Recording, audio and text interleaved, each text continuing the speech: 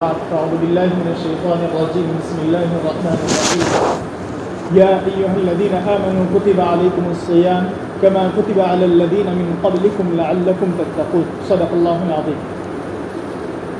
میرے محترم دوستوں اور بزرگوں، آپ حضرات بخوبی واقف ہیں کہ یہ رمضان المبارک کا بابرکت مہینہ چل رہا ہے اور اس کی رونقیں ہم مساجدوں میں دیکھ رہے ہیں کہ لوگ اپنے وقت کا اکثر حصہ یا جتنا ممکن ہو سکتا ہے وہ اپنے وقت کا حصہ مساجد میں گزار رہے ہیں اور عبادتوں میں مصروف ہیں. لیکن اس میں کچھ مخصوص عبادتیں ہیں رمضان المبارک کے بابرکت مہینے. ایک تو رمضان المبارک کی اہم عبادت روزہ ہے اور دوسری اہم عبادت تراویح ہے. تو ہم روزے کی مشروعیت اور اس کے مقصد کی طرف ہم غور کریں اور مختصر سی اس پر روشنی ڈالیں کہ اس کے اندر مصالح کیا ہے، یعنی مصلحتیں کیا ہے، حکمت کیا ہے، روزے ہم پر فرض کیوں کیے گئے. قرآن کریم کی آیت جو آپ کے سامنے ابھی تلاوت کی گئی اس میں روزے کی فرضیت سے متعلق بات وارد ہوئی ہے اور اسی طرح اس میں روزے کی فرضیت کے مقصد کو بیان کیا گیا ہے لعلکم تتقون، کہ تم اس کے ذریعے سے تقوی اختیار کرنے والے بن جاؤ، اللہ تبارک و تعالیٰ سے ڈرنے والے بن جاؤ، اللہ تعالیٰ کا خوف پیدا ہو جائے. اس کو حضرت عمر رضی اللہ تعالیٰ عنہ نے ایک حدیث مبارکہ میں سمجھایا جو حضرت عمر رضی اللہ تعالیٰ عنہ سے مروی ہے.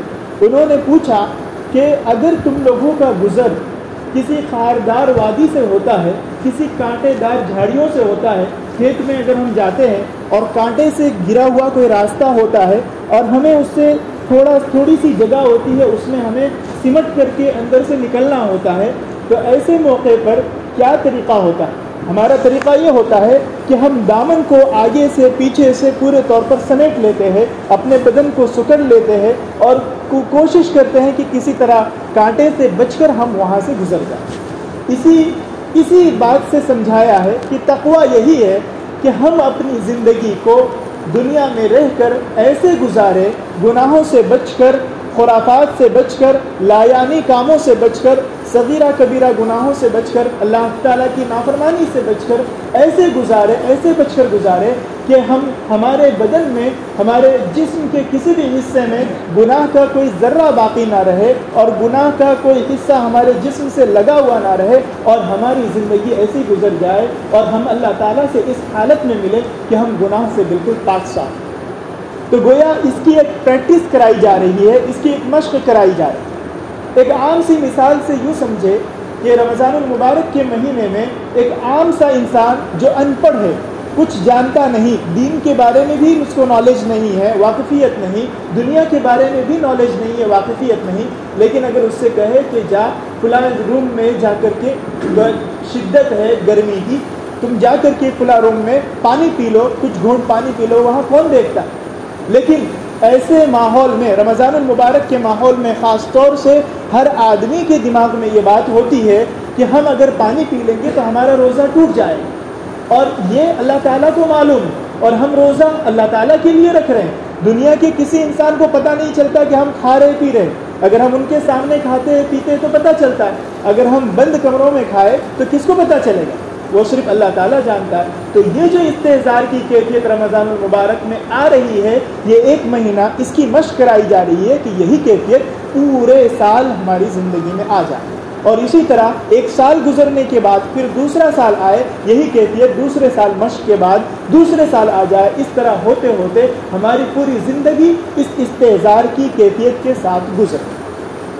روزہ دراصل نام ہے صبح صادق سے لے کر غروب آفتاب تک، یعنی ہم یوں آسان سی زبانوں میں یہ سمجھے کہ فجر کی نماز کا وقت جب شروع ہوتا ہے اس وقت سے لے کر کے مغرب کی نماز کے وقت کے شروع ہونے تک کھانے پینے اور جماع سے رکنے کا نام روزہ. اس کا اہم اصول اور ایک اہم ضابطہ یہ ہے کہ انسان کے جسم میں منہ کے حصے سے، منہ کی طرف سے یا سرین یعنی پاخانے کے راستے کی طرف سے، دونوں حصوں میں سے کسی بھی ایک طرف سے اگر باہر سے کوئی چیز اندر چلی جائے تو ایسی صورت میں روزہ ٹوٹ جاتا ہے. یہ ایک آسان سا اور ایک موٹا سا اصول. اب اس میں مزید تفصیلات ہیں، علماء کرام سے آپ پوچھ سکتے ہیں. تو یہ آسان سا اصول ہے اور یہ روزے کی ایک حقیقت۔ اب روزے کی مصلحت کیا ہے، یعنی ہمارے اوپر روزے کی فرضیت کیوں کی گئی ہے، روزہ کیوں فرض کیا گیا ہے، اس کی ایک مصلحت ہم نے آپ کے سامنے رکھی کہ روزے کا مقصد انسان کی زندگی کے اندر تقوی کا پیدا کرنا۔ دوسرا مقصد ہماری زندگی میں روزمرہ کے کاموں میں انسان دل اور نفس دماغ ان چیزوں کا عادی ہو گیا ہے کہ ہم کسی گناہ کو کریں، کوئی ایسا کام ہے جو روزمرہ کے استعمال میں ہے اور وہ گناہ ہے لیکن ہم اسے گناہ سمجھتے نہیں اور ایسے کام کو ہم کر گزرتے ہیں۔ اس طرح گناہ کرتے کرتے ہمارا دل اور دماغ، ہمارا نفس اس کا عادی ہو جاتا ہے اور اس کو ایک چسکا لگ جاتا ہے کہ وہ گناہ کرنے میں لذت محسوس کرتا ہے، یعنی اس کو مزہ آتا ہے گناہ کرنے میں۔ یہ جو نفس اس کا عادی ہو چکا ہے، اس کے زور کو ختم کرنے کے لیے روزے کی فرضیت ہے۔ جب انسان اپنے جسم کو بھوکا اور پیاسا رکھے گا تو اس کا نفس کمزور ہوگا۔ کیوں؟ کیونکہ گناہ کرنے کے لیے بھی طاقت کی ضرورت ہے، دماغ کی صلاحیت کی ضرورت ہے، سوچ سمجھ کی ضرورت ہے، سازش کی ضرورت ہے۔ اسی طرح اگر جسمانی گناہ ہے تو پاؤں سے چل کر جانے کی ضرورت ہے۔ اسی طرح اور بھی کسی بھی قسم کا گناہ ہو، کسی نہ کسی اعتبار سے انسان کے جسمانی صلاحیت کے استعمال کی ضرورت پڑتی ہے۔ اس صلاحیت کو ختم کرنے کے لیے، یعنی نفسانی خواہشات کو پر قابو پانے کے لیے، اس کو کمزور کرنے کے لیے روزے کی فرضیت وارد ہے، جسے ہم کہیں نفسانی خواہشات کو دبا کر روحانی قوت کا حصول۔ نفسانی قوت کس کو کہتے ہیں کہ جیسے ہم گناہ کا کام کرتے ہیں جس کی وجہ سے ہمیں لذت محسوس ہوتی ہے، یہ سب کے سب نفسانی خواہشات میں، نفسانی قوت میں آئے گا۔ اور روحانی قوت کس کو کہتے ہیں کہ جب ہم کوئی ثواب کا کام، اچھا کام کرتے ہیں تو ہمارے دل میں ایک فیلنگ آتی ہے، ایک احساس آتا ہے کہ ہاں اللہ تعالیٰ نے مجھ سے یہ جو ہے کام کرنے کی مجھے توفیق دی۔ تو یہ جو صلاحیت ہوئی یا یہ جو دل میں توفیق آئی، دھیرے دھیرے دل مضبوط ہوتا ہے اور اللہ کے سے تعلق جڑتا ہے، اسے روحانی صلاحیت کہتے ہیں۔ تو روحانی صلاحیت میں مضبوطی آتی ہے اور جو نفسانی خواہشات کی جو صلاحیت ہے اس میں کمزوری آتی ہے۔ تیسری اہم جو چیز ہے وہ معدے کے امراض۔ اس سے پہلے بھی کئی مرتبہ آپ کے سامنے بات ہو چکی کہ انسان کے جسم کے اندر جو معدہ ہے وہ بہت سی بیماریوں کا گڑھ ہے۔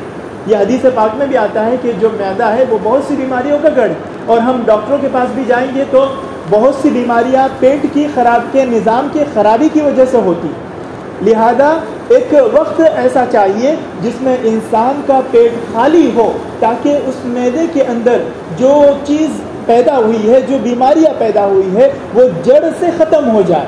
جو ہم الگ الگ چیزیں کھاتے ہیں ان کے جو اثرات ہمارے معدے میں، ہمارے ہاضمے پر پڑتے ہیں، اس اثرات کو ختم کرنے کے لیے اس کو معدے کے اندر ایک مشق کرائی جاتی ہے کہ روزے کے ذریعے ہم اسے بھوکا پیاسا رکھیں تو وہ پہلے طلب کرے گا کہ مجھے جو چیزیں چاہیے وہ مجھے دو، لیکن ہمارے دماغ میں آئے گا کہ نہیں، اللہ تعالیٰ کا حکم ہے کہ 1 مہینے تک ہمیں روزہ رکھنا ہے اور ہمیں اپنے جو منمانی چیزیں جو ہم روزانہ کھاتے تھے ان سے ہمیں رکے رہنا ہے، یہاں تک کہ حلال چیزیں بھی ہے اس سے بھی ہمیں رکے رہنا ہے۔ کیوں؟ کیونکہ اللہ تعالیٰ کا حکم ہے۔ اس طریقے سے جب ہم اس کو اس کی مطلوبہ چیز نہیں دیں گے، جو وہ طلب کر رہا ہے وہ ہم نہیں دیں گے تو وہ اس کی طاقت کمزور ہوگی۔ جب کمزور ہوگی تو دھیرے دھیرے وہ جراثیم جو پیدا ہو گئے ہیں پورے سال میں الگ الگ چیزیں کھا کر، الگ الگ خوراک لے کر، وہ ختم ہو جائے۔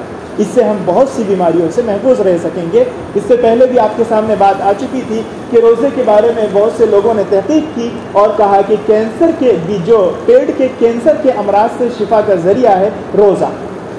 جس کو ایوارڈ دیا گیا تھا اس میں یہی کہا گیا تھا کہ پورے سال میں کم از کم 1 مہینہ 20 دن 25 دن یا 40 دن بھوکا رہا جائے تو ایسی صورت میں انسان کے پیٹ کے اندر جو جراثیم پیدا ہوتے ہیں وہ جراثیم ختم ہو جاتے ہیں اور اس سے کینسر کے امراض سے جو ہے بچاؤ کا ذریعہ بنتا ہے۔ چوتھی چیز ہے صبر و استقامت کی مشق۔ جب ہم روزہ رکھتے ہیں، بھوکے اور پیاسے رہتے ہیں تو ہمارے دل میں یہ ایک خواہش پیدا ہوتی ہے کہ یہ چیز کھا لینا چاہیے، دکھائی دیتی ہے، رال ٹپکتے ہیں دیکھنے کے بعد، لیکن ہم کہتے ہیں کہ نہیں، اللہ کا حکم ہے اس لیے ہمیں صبر کرنا ہے، رکے رہنا ہے، اور اسی طرح ہمیں اس صبر پر 1 مہینے تک جمے رہنا۔ استقامت کہتے ہیں کسی چیز پر جمے رہنے کو، اور صبر کہتے ہیں کسی چیز سے رکے رہنے کو۔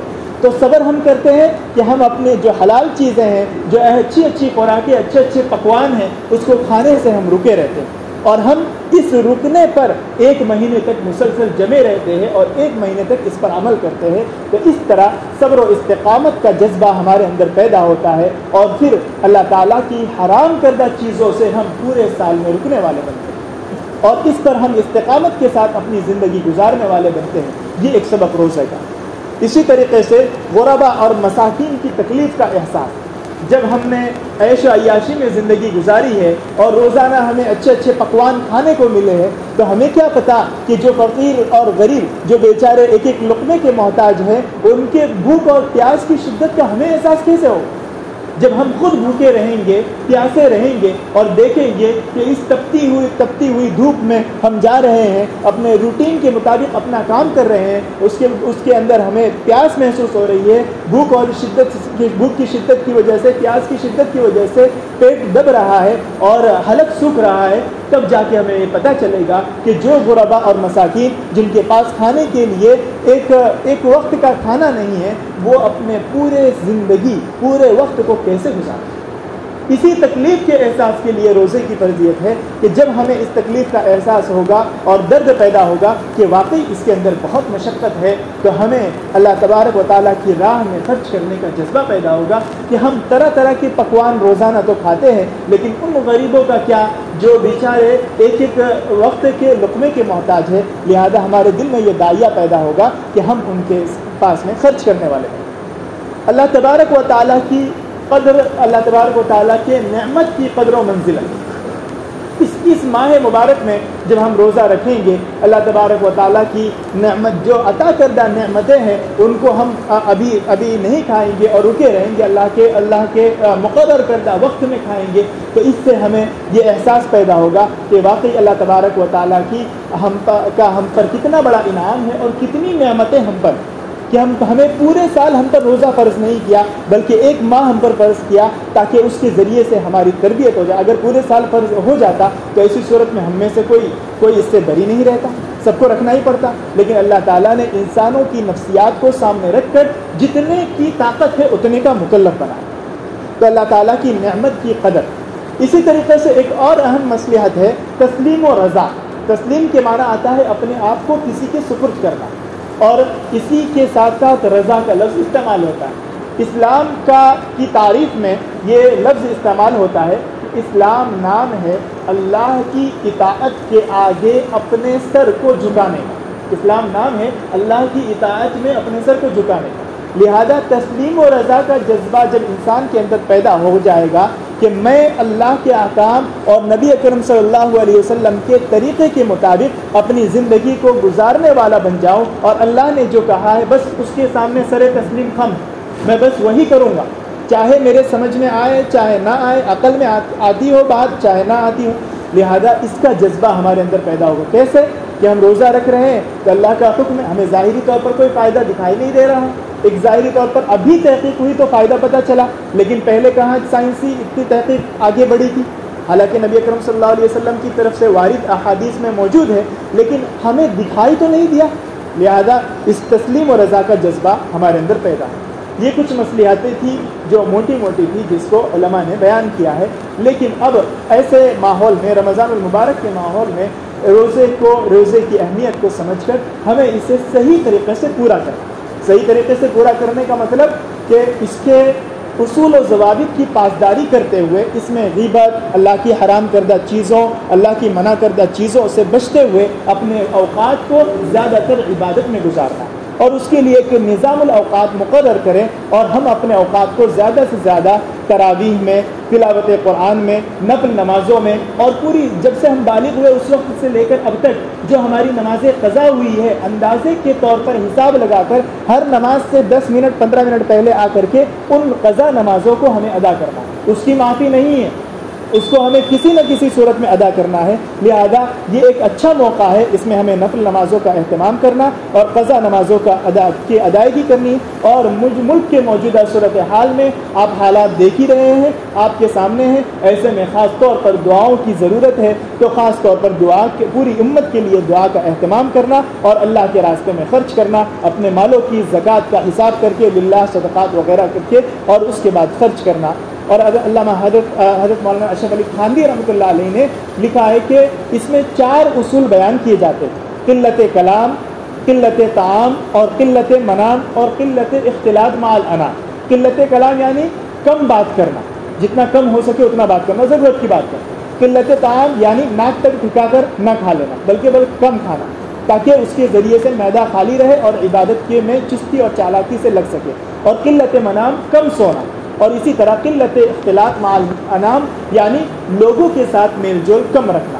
ہم ان چاروں اصولوں کو سامنے رکھتے ہوئے، روزے کی اہمیت کو سمجھتے ہوئے، ان کی حکمت اور مصلحت کو سامنے رکھتے ہوئے اگر ہم استحضار کے ساتھ اپنے اوقات کو صحیح طور پر گزاریں گے تو انشاءاللہ ہم رمضان المبارک میں وارد شدہ انعام کو پانے والے بنیں گے. اللہ تبارک و تعالیٰ سے دعا ہے کہ اللہ تعالیٰ ہم سب کو اس رمضان المبارک کے مہینے کی قدر کرنے کی توفیق عطا فرمائے اور اپنے اوقات کو صحیح طور پر وصول کر کے لا یعنی کاموں سے بچتے ہوئے اپنے اوقات کو گزار کر جہنم سے خلاصی کا پروانہ اور جنت میں داخلے کا انعام حاصل کرنے والا بنائے.